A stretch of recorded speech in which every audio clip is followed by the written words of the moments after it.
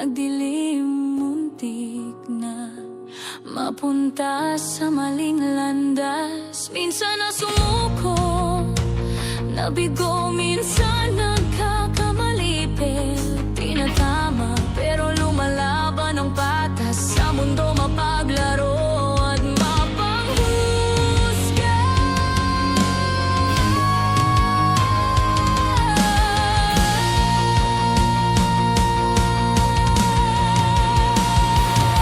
Kasi yan ang pagsubok ng mundo. Lahat dapat kayanin kasi minsan lang mabuhay sa mundo. Kaya sulitin, hindi lahat ng bagay walang solusyon. Problema lang yan, kaya yan. Hayaan mo ang problema sumuko sa'yo.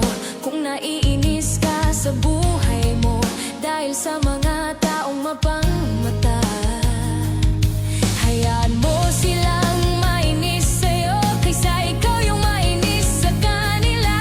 Lalo na wala naman silang ambag at naitulong sa buhay mo. Basta lagi mong tandaan, may nasa itaas na bumuo sa'yo at may plano. Gumawa ka lang ng mabuti, itatak mo lang sa isipin mo, kakayanin mo, paganahin ang utak ng di basta-basta nakakagawa ng maling desisyon at gawa. Anumang hirap mabuhay sa mundo, saan man tayo dalhin ang kapalaran, matuto tayo makontento. Sa buhay na ibinigay ng nasa taas, marangya man o mahirap, at least walang tinatapakan na tao.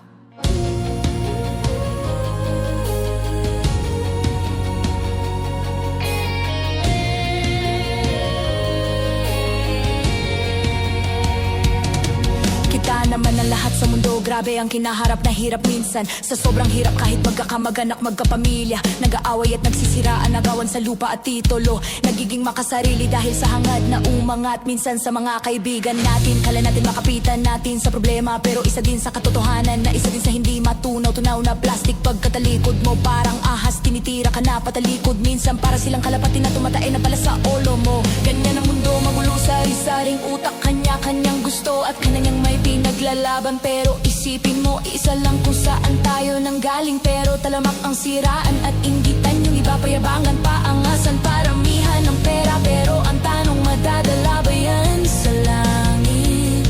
May mga taong todo, punta ng simbahan, pero todo pagpupuna pang mamalit sa iba at mapangmata. At pag ikaw nakagawa na mabuti, nakatulong pag oras na wala ka, hindi ka kilala at pinapansin. Sa mundo ngayon, daming sakim, kahit magkakadugo, kayang magbatayan.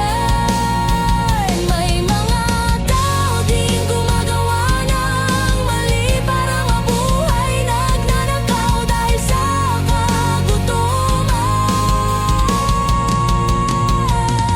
May mga ilang pinipili na lang masiraan ng bati o nagpapakamatay kasi hindi kaya ang hirap at problema. May mga taong nagbebenta ng droga para mabilis ang yaman o magkapera kahit napakadelikado. Mga taong manloloko, nagmamamanipula at mapalinlang pilit ng mamalinis. Akala mo ang hangarin ay malinis. May mga tao ding mapanghusga at hindi tinitignan ang sarili mo, na mga taong mapanglait na animo.